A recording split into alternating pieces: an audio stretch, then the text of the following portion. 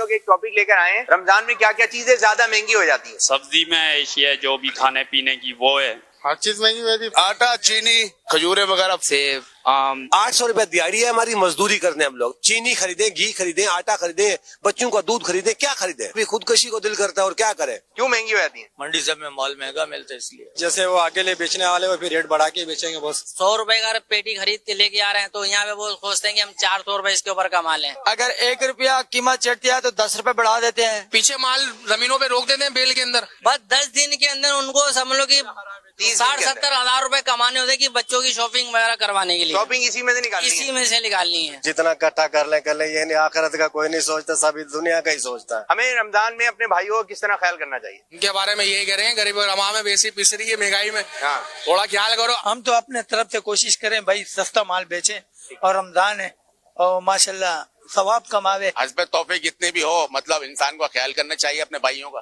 अगर जो रेट में आपको पड़ रही है, आप 10-20 रुपए मुनाफा ले लो। जिसकी जरूरत होती है उसको दिया जाता है। पहचान जाते हो आप?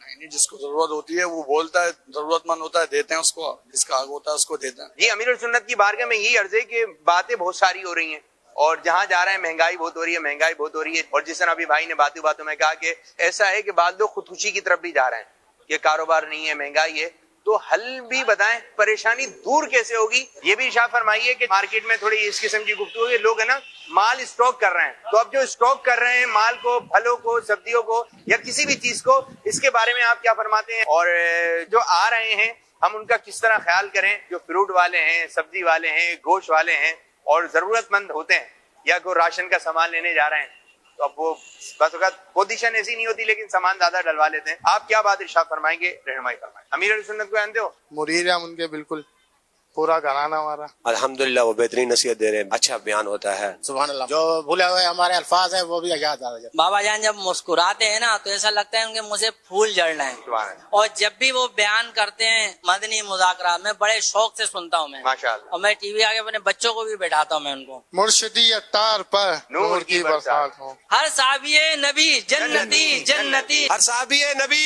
जन्नती जन्नती, हर साहबिए नबी, जन्नती जन्नती।